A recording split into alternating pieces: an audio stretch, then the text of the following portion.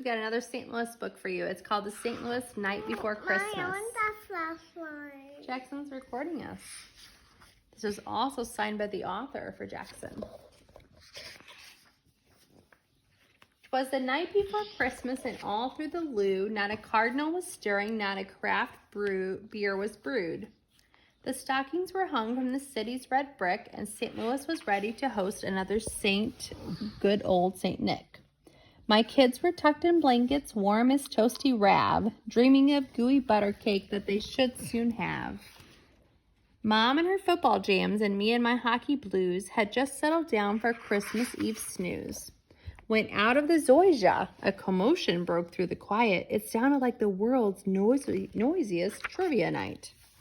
I thought I heard a voice from the Redbuds and Oaks, but it was the wrong holiday for kids telling Halloween jokes. The moonlight bounced off the arch and highlighted the snow that drizzled like chili on Slinger below. What I saw next made me want to laugh. Flying West County, deer pulling a float trip raft. And the round old driver, I instantly knew. I didn't have to ask where he had went to high school. Oh, Santa! It was St. Nick himself. I was glad to proclaim. He whistled and shouted and called his deer by name. Now Gravois, no Graziat, Tyroline, take the air. On Choteau, on Condolet, on River de Pere. From Bevo Mill to the Botanical Gardens on Shaw, now dash away all.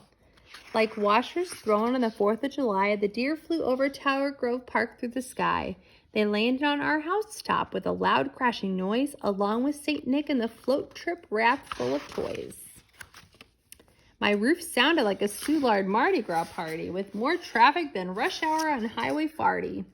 Then from the fireplace, I heard a loud squish as St. Nick tried to wiggle out like a Mississippi catfish.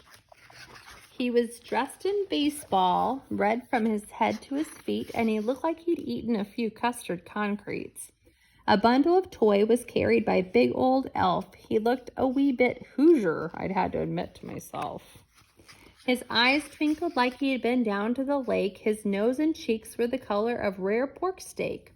He must have flown by the brewery, for he had a sweet, hoppy smell, and his beer coated his face like melted Provel. The stump of a pipe he held tight in his teeth. He had not gotten the memo that St. Louis was smoke-free. He laughed as his pants nearly split in the seat. Too many tacos down on Cherokee Street.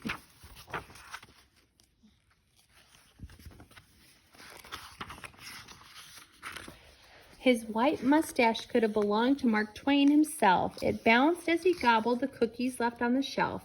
And with a smile as bright as Forest Park balloon glow, he duck-walked like he'd been to the Loop rock and roll show. He spoke not a word, but filled our stockings on cue. It was like he had had Christmas degree from Warshoe. Then, just like the air show at the VP Fair, he shot up the chimney lighter than air. He sprang to his raft and called out with a thrill, "Let's take a quick detour and sled down Art Hill." "Merry Christmas, St. Louis," called the jolly old sport, and only 47 days till pitchers and catchers report. That's it. The end. Bye.